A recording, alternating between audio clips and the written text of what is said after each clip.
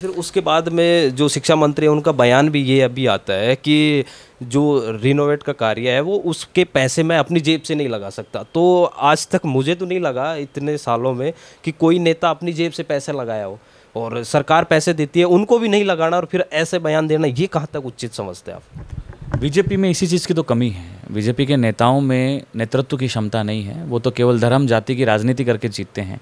उनके अंदर क्षमता नहीं है लोगों को साथ लेके चलने की, उनकी बातें रखने की, क्योंकि शिक्षा की कमी है। हमारे शिक्षा मंत्री कहाँ तक पढ़े हैं? आप उनका जाके बायोडाटा चेक करिए। जब जिस शिक्षा मंत्री को 10वीं और 10th में फ़र्क नहीं पता, उससे क्या उम्मीद कर सकते हैं? वो सिर्फ ऐसी बातें करेंगे, उलझुल बातें करेंगे। देखिए, आज विश्वविद्यालयों की शिक्षा का स्तर जो है दिन प्रतिदिन घटता जा रहा है। कॉलेजों के हालात बहुत गंभीर हैं। बिल्डिंगें जो हैं जर्जर हो गई हैं। हॉस्टल्स की व्यवस्था नहीं है। बच्चों की स्कॉलरशिप समय पे नहीं आ रही हैं। खाने पीने में हम लोग देखते हैं कि बिल्कुल क्वालिटी लेस खाने का जो है मेस के अंदर खाना बच्चों को खिलाया जा रहा है। ये कौन सी शिक्षा व्यवस्था की बात करते हैं? ये डरते हैं छात्र नेताओं से, क्योंकि उनको पता है कि ये लोग हमसे सवाल पूछते हैं, आंखों में आंखें डाल के हमसे बातचीत करते हैं। बीजेपी डरती है नए नेता पैदा करने से, नए लोग राजनीति में आगे आने से। क्यों? क्योंकि उनके पास कोई मुद्दे नहीं हैं। आप मुझे बता दीजिए, पूरे देश के अंदर बीजेपी शासित राज्यों में आप बता दीजिए कौन सी मुद्दों की राजनीति करते हैं? इनके पास हिंदू मुसलमान के अलावा कोई दूसरा मुद्दा ही नहीं है। ये जाएंगे जिस भी प्रदेश में, एक जात को दूसरी जात से लड़ाएंगे। आप देखिए हरियाणा में इन्होंने जाटों के खिलाफ पूरा मूवमेंट चलाया। आप देखिए यूपी में जो है यादवों के खिलाफ पूरा मूवमेंट चला रहे हैं। आप बिहार में चले जाइए, वहाँ पे यादव वर्सेस दूसरी जातियों को लड़ा रहे हैं। आप बंगाल में चले जाइए, वहाँ पे अलग अलग तरीके से लोगों को लड़ाने का काम कर रहे हैं। तो इनके पास मुद्दे नहीं हैं। शिक्षा व्यवस्था की बात हो तो बहुत बुरी तरीके से दुरुस्त है। कानून व्यवस्था की बात हो तो बेहाल है।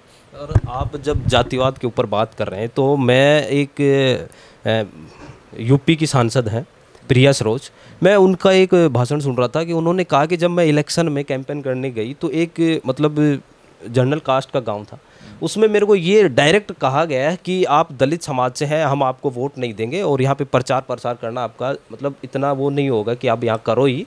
तो उन्होंने ये कहा कि मैंने वो सब चीज़ें झेली हैं। एक सांसद, आप समझते हैं कि एक सांसद लेवल का इंसान, और उसको ये सब चीज़ें मिल रही हैं, दलित होने के बाद उसको गाँव में एंटर नहीं करने दिया जा रहा। और सबसे बड़ी बात है कि तो वो आम लोग जो नीचे बिल्कुल गरीब हैं, पिछड़े हैं, दलित हैं, और उनके पास वो सुविधाएँ नहीं मिल पाती जो एक सांसद के पास तो होती हैं, लेकिन उनके पास नहीं है, उनको लोग ट्रीट करते। तो आप उस जो जातिवाद का वो है जाल है, इसको आप कैसे तोड़ देंगे और कैसे इस चीज़ से उभर सकता है हमारा देश? देखिए, जाति की व्यवस्थाएं हिंदुस्तान को आज बुरी तरीके से जकड़े हुए हैं। आज की नौजवान पीढ़ी से हमें उम्मीद है कि वो ये जो कलंक है हिंदुस्तान के ऊपर जातिवाद का, इसको तोड़ेंगे और इस कलंक को मिटाएंगे। शिक्षा ही एक माध्यम है, जैसा कि डॉक्टर अंबेडकर कह के गए कि अगर हर बेड़ी को तोड़ना है, हर रूढ़िवादिता से आपको निजात पाना है, हर बंधन से मुक्त होना है, तो वो शिक्षा है। जब लोग पढ़ना लिखना शुरू करेंगे तो धीरे धीरे कहीं ना कहीं जो है जाति जैसी चीज़ों में कमी आएगी। लोग बाहर निकलेंगे, देखेंगे कि नहीं, जीवन ये नहीं है, ये भी लोग हैं, इंसान हैं। संविधान हमें ताकत देता है। संविधान हमें समरसता की भावना, एकता की भावना, इक्वलिटी की बात करता है। तो धीरे धीरे इस पे जो है काम करना शुरू हो गया है। आज बहुत सारे बदलाव हिंदुस्तान में हुए हैं, लेकिन आज भी गाँव में जो हैं ये चीज़ें विद्यमान हैं। लेकिन हम उम्मीद करते हैं आने वाली पीढ़ियों से कि ऐसी चीज़ें कम हों। ये कहीं ना कहीं हिंदुस्तान की एक बीमारी है जिसका ख़त्म होना बहुत ज़रूरी है। और जाति की आज भी घटनाएं हम लोग देखते हैं कि पूरे प्रदेश के अंदर, देश के अंदर ऐसी ऐसी घटनाएं सामने आती हैं कि दिल एक बार सोचता है कि आज़ादी के 70 साल के बाद हिंदुस्तान कहाँ खड़ा है। तो धीरे धीरे टूटेगा। ये आप जैसे, मेरे जैसे नौजवान जो हैं इन जातिवाद की बेड़ियों को तोड़ेंगे। और एक चीज़ मैं आपसे बात कर रहा हूँ, उससे मुझे ये लग रहा है कि आपके आइडियल तो सचिन पायलट ही है, क्योंकि जिस प्रकार से उनकी ओजस्वी वाणी है, जो उनका सरल स्वभाव है, और आप भी उसी तरीके से बात कर रहे हैं। तो आप मतलब कितने दिनों से जुड़े हुए हैं सचिन पायलट साहब को, और आप कहाँ तक का रास्ता देखते हैं सचिन पायलट के साथ? देखिए, पायलट साहब हमारे नेता हैं। जब से हमने राजनीतिक समझ रखी तब से हम उनसे जुड़े हुए हैं, उनको फॉलो करते हैं। और रही बात जुड़ाव, तो जिसका हम मार्गदर्शन हमारे नेता का मानते हैं, जिनका आशीर्वाद हम पे है, तो जब तक आखिरी सांस हैं तब तक हम आदरणीय सचिन पायलट साहब के साथ में हैं। राजनीति में कुछ हासिल हो नहीं हो, हम हमारे नेता के साथ पूरी ईमानदारी से खड़े होंगे, क्योंकि उन्होंने हमें जो है ये ताकत दी है, उन्होंने हमें क्षमता दी है कि आप मजबूती से लड़ो।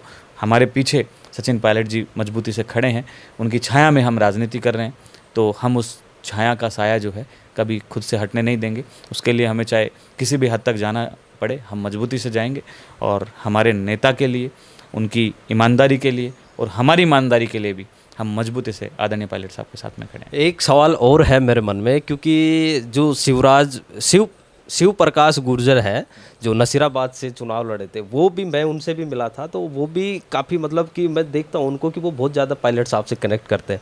तो आप मिले होंगे उनसे, तो कैसे देखते हो शिव प्रकाश को आप? एक युवा लीडर तो है ही।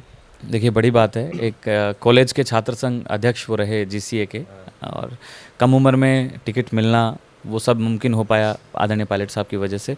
और चुनाव उन्होंने बहुत अच्छा लड़ा, लेकिन अभी वोट चोरी का जो आरोप बीजेपी पे लग रहा है, उस वोट चोरी के खिलाफ हमारे अनिल चोपड़ा जी, शिव प्रकाश जी, ऐसे बहुत सारे युवा नेता हुए हैं और जिनको हराया गया है। वो हारे नहीं हैं, जनता ने उनको पूरा मैंडेट दिया है, जनता ने उनको बहुमत दिया है।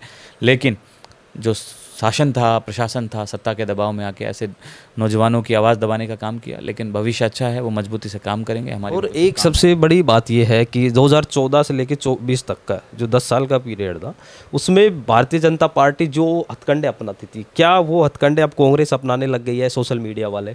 क्योंकि वो दौर था, उसमें सोशल मीडिया का बहुत ज़्यादा प्रभाव था और उसमें कांग्रेस पिछड़ती हुई नज़र आ रही थी। परंतु जिस प्रकार से ये 2024 के इलेक्शन हुए, उसके बाद राहुल गांधी अपने आप को जनता के बीच लगातार, अब भारत जोड़ो यात्रा के बाद और अब तक वो लगातार, अब मतलब पहले की तरह नहीं करते कि यार मैं दिल्ली से ही फरमान जारी कर दूं। अब वो जनता के बीच ज़्यादा रहने लग गए। इसका क्या कारण है? और कॉन्फिडेंस भी हम देख सकते हैं राहुल गांधी का बहुत बड़ा है, तो कैसे देखते हैं राहुल गांधी जी के इस कॉन्फिडेंस? देखिए, सबसे जो पहला सवाल था आपका कि सोशल मीडिया, देखिए कांग्रेस पार्टी ने धरातल पे राजनीति की है और आधुनिकीकरण एकदम से हुआ। उस दौर में कांग्रेस पार्टी ने हिंदुस्तान को बनाया, जिस दौर में अंग्रेज लूट खसोट के हमारे देश को ले गए थे। मजबूत संविधान कांग्रेस पार्टी ने दिया। साथ में इस देश की आज ईंट से ईंट हम लोग देखते हैं तो वो कांग्रेस पार्टी की लगाई हुई है। जितने भवन हैं, जितने आज कलेक्ट्रेट हैं, जितने सेक्रेटरेट हैं, जितने न्यायालय हैं, कहीं पे भी चले जाएं, एयरपोर्ट हैं, पोर्ट्स हैं, सब कांग्रेस पार्टी के बनाए हुए हैं।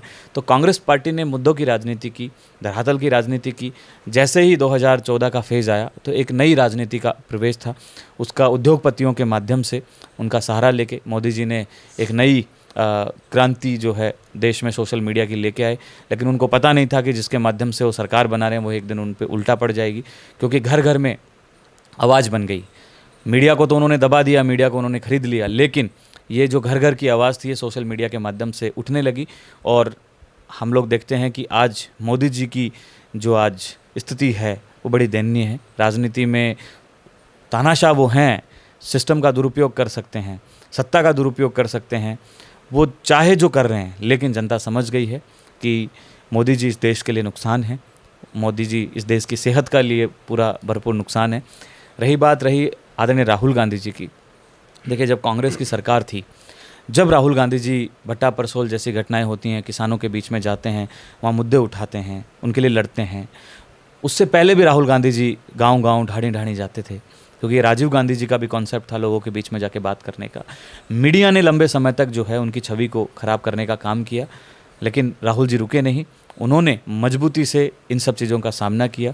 भारत जोड़ो यात्रा हो, चाहे न्याय यात्रा हो, चाहे आज वो लोगों के बीच में जाना, किसी नाई के घर जाना, मोची के घर जाना, रेलवे प्लेटफॉर्म पे जाके कुलियों से मिलना, सब लोगों से उनका हालचाल जानना, उनकी परिस्थितियाँ जानना, उनके बच्चे किस स्थिति में हैं, उनका घर कैसे चलता है, उनकी परिस्थितियों का, उनका दर्द को जानना। आज राहुल गांधी जी लोगों के दिलों में बसते हैं, युवाओं के दिलों में, महिलाओं के दिलों में, बुज़ुर्गों के मन में।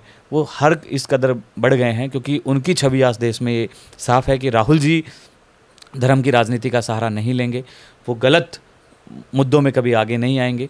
वो केवल और केवल इस देश के हित की बात करेंगे, चाहे उसके लिए सत्ता में उनको फ़ायदा हो चाहे नुकसान हो। वो फ़ायदे नुकसान की राजनीति से ऊपर उठ के देश के मुद्दों की राजनीति करें। एक सबसे बड़ा सवाल ये भी है कि जब से हम, अगर मैं बयानबाजी देखूं सभी पॉलिटिक्स के, मतलब नेताओं की, कि उनके बयान 6 महीने पहले कुछ होते हैं, 6 महीने बाद में कुछ होते हैं एक ही मुद्दे पर। परंतु मैं मतलब जितना देख पाया हूँ अभी, उतना राहुल गांधी के बयानों में थोड़ा मतलब बदलाव नहीं देख सकते आप। अगर उन्होंने 2014 में ये कहा है तो वो 2024 में भी वही कह रहे हैं। लेकिन भारतीय जनता पार्टी के, कांग्रेस के भी कुछ ऐसे नेता हैं, ऐसा नहीं है कि भारतीय जनता पार्टी में, लेकिन कांग्रेस के भी हैं, वो बयान बदल देते हैं अपना, जहाँ उनको सहूलियत दिख रही है वहाँ अपने हिसाब से वो सेट कर देते हैं। तो ये बयानबाजी बदलाव राजनीति में ये एक चलन है या फिर क्या है, इसको आप कैसे देखते हैं? देखिए, राहुल गांधी जी इसीलिए राहुल गांधी हैं कि वो अपने मुद्दों से कभी हटते नहीं हैं, और उन्होंने जो भी चीज़ें कही, चाहे वो नोटबंदी के समय कही हों, चाहे जीएसटी के समय कही हों, चाहे वो कोविड के समय में कही हों, चाहे आज वोट चोरी का मामला हो, उन्होंने जो भी सवाल उठाए वो आगे जाके सत्य ही निकले हैं। आज वो जो भी मुद्दे उठा रहे हैं वो एकदम सत्य हैं, वो तहकीकात करते हैं, पूरी गहराई तक जाते हैं और मुद्दों पे अड़िग रहते हैं। उन्होंने उद्योगपतियों पे सवाल खड़े किए, तो आज देखिए ना किस तरीके से चंद लोगों के हाथ में मोदी जी ने पूरी सत्ता, पूरी ताकत दे दी है। ये कहीं ना कहीं देश के ऊपर नुकसान है कि कुछ चंद लोग देश का शासन चलाएंगे, चंद लोग पूरे कॉर्पोरेट जगत पे जो है कब्जा कर लेंगे, पूरे इकोनॉमिक सिस्टम पे कब्जा कर लेंगे, उससे देश को नुकसान होता है। राहुल गांधी जी का व्यक्तित्व बहुत बड़ा है, वो हमेशा मुद्दों की राजनीति करते हैं और मुद्दों पे अड़िग रहते हैं, और वो उन्हीं मुद्दों पे बात करेंगे जो देश के हित में हो। और एक, अगर आपका सपना है अपना खुद का न्यूज चैनल शुरू करने का, लेकिन सोच रहे हैं कैसे शुरू करें, तो आप चिंता छोड़िए, क्योंकि आपके पास है एक ऐसा मीडिया पार्टनर जिसके पास है तजुर्बा, तकनीक और तगड़ा ट्रैक रिकॉर्ड। हमारे पास है एक दमदार न्यूज यूट्यूब चैनल, 4.5 लाख से ज्यादा सब्सक्राइबर्स और 8 करोड़ से भी ज्यादा व्यूज, और 15 से 20 साल का न्यूज प्रोडक्शन एक्सपीरियंस। तो आपको चाहिए अपना न्यूज प्लेटफॉर्म, तो मिशी मीडिया सॉल्यूशंस के साथ जुड़िए, जहां मिलेंगे आपको best reporters, high quality camera shoot and edited videos, professional news setup और पॉडकास्ट सेटअप। और हाँ, आपकी पहचान अब पूरे देश तक पहुंचेगी। और तो और, हम लाए हैं आपके लिए सिंगल, मंथली और बल्क वीडियो पैकेजेस। तो अब ना होगी किसी एंकर की टेंशन और ना एडिटर हायर करने का झंझट। तो इंतजार किस बात का है, आज ही जुड़िए मिशी मीडिया सॉल्यूशन से और बनाइए अपना खुद का न्यूज ब्रांड। अधिक जानकारी के लिए अभी कॉल करें